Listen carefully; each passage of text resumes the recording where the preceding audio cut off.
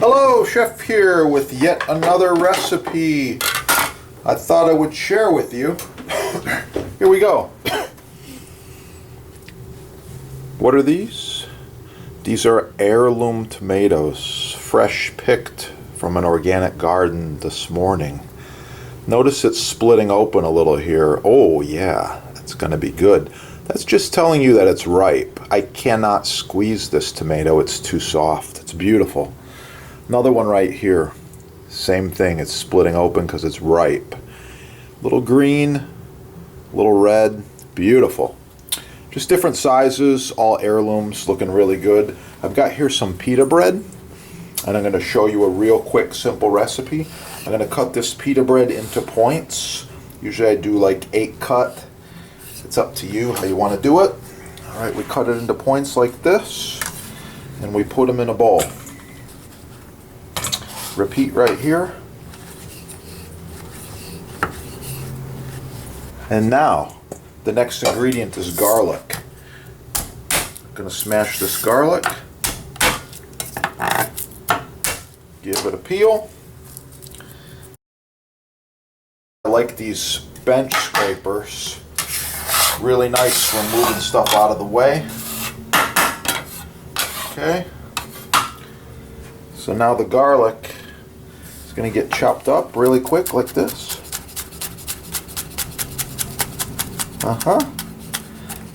Yeah.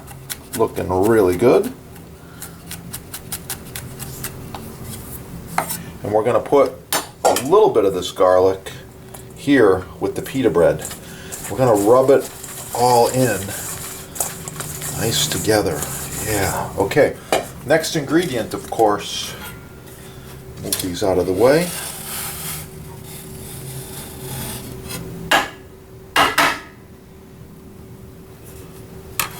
Next ingredient, of course, is some olive oil. I have here some extra virgin olive oil. Put a little of that on there. Oh, yeah. And we're going to toss this with a little bit of sea salt.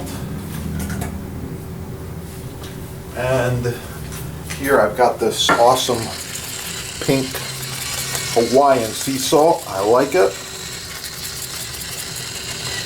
And actually in this particular batch I've mixed some smoked salt in here too. It's pink and it's smoked. I've got 2 kinds of salt in here. Extra flavor. That's what I'm looking for, is some extra flavor today. Oh, speaking of extra flavor, Chef has some New Mexico smoked hatch chili powder.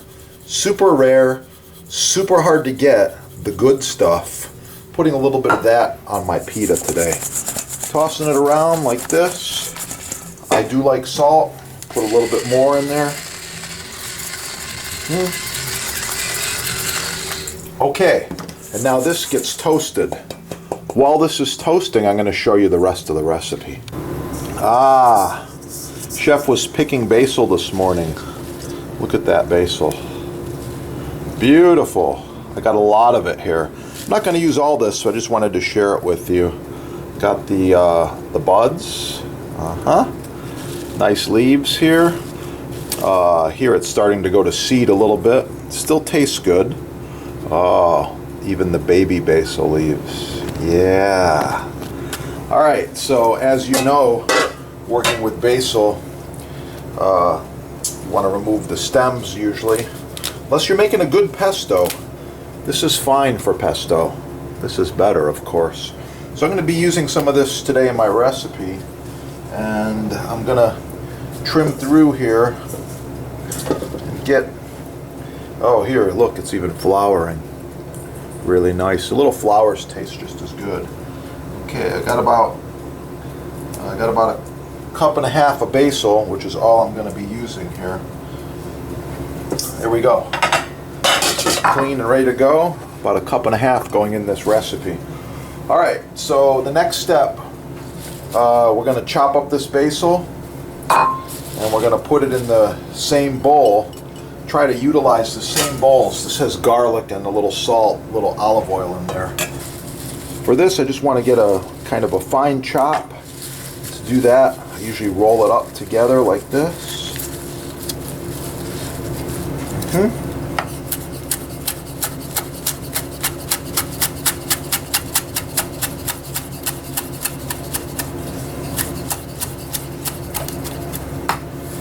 Notice my control of the knife. I've been doing this for decades, and I'm doing it the right way. Always keep your fingers rolled back. You don't want to lose them. But if you do, you'll still have 9. Okay. So I grab the tip of the knife like this. Give it a rocking motion.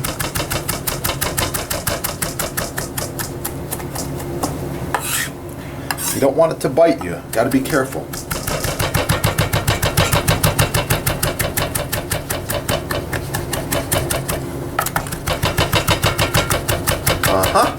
Just like that. Looking good. I'm all done. Now, the right tool for the job, bench scraper.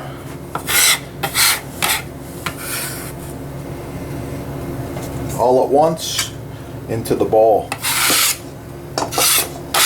Okay.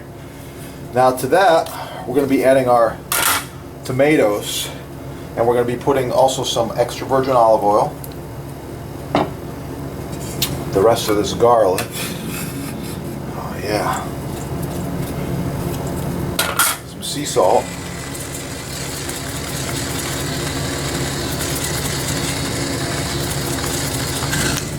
As well as some red wine vinegar. Red wine vinegar. Let's go with 2 tablespoons of olive oil and 2 tablespoons of red wine vinegar in our recipe today. Okay, and we're going to use a splash of balsamic vinegar just because I like it. Oh yeah, that's going to be really, really good. In this particular recipe, I'm going to add a little twist for you, and we're going to make it a little bit extra healthy. I'm going to put 2 tablespoons of flaxseed. Gives a little bit of crunch, but the main thing is I'm adding a different texture, and I'm adding a healthy flavor just to create a different flavor profile. Okay, I'm going to move this off to the side. Continue on my tomatoes.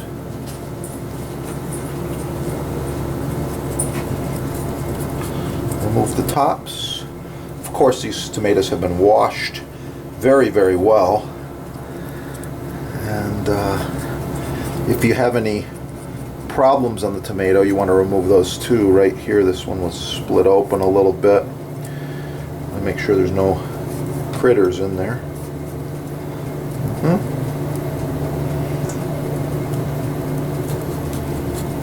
Everybody likes tomatoes, even the small bugs.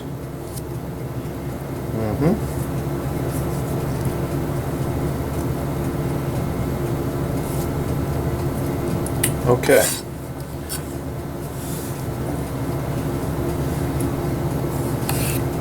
Wow, look at that tomato. You can't buy these in the store. No way. Look at that.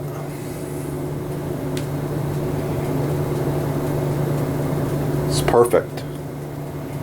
So I usually line these up 2 at a time like this. We're going with a small dice.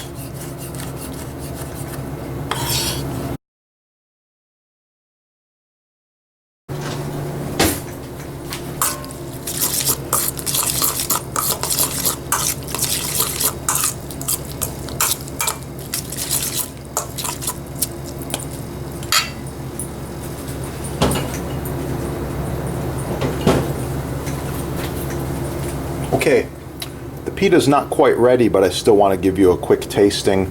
And then this is going to have a part 2 on this recipe. Let's see what we got going on here. It's kind of a modified bruschetta. Extra basil, by the way, is really good for you. It's good for your blood and your system, helps clean you out. That would be the appetizer right there. A whole bunch of these on a plate. Got to serve them immediately. Oh yeah, how does that look? Please leave a comment. Wow! I like the crunch of the flaxseed, the bitterness and spiciness of the vinegar and the salt. And the tomatoes are, wow, the best. So here's another idea for you. This is the bottom of the tomato. I'm gonna just remove a little bit with my knife.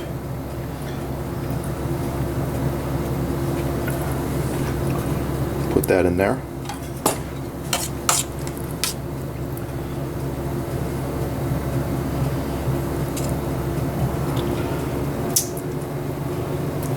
There you go.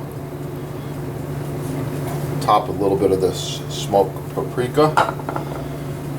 Actually, that's the New Mexico chili powder. There you go. Holiday appetizer. Oh, yeah. It's gonna be good. Please like, share, subscribe. Watch the next video when I'm actually using this recipe for something else. Thanks a lot. Get cooking and have a beautiful day.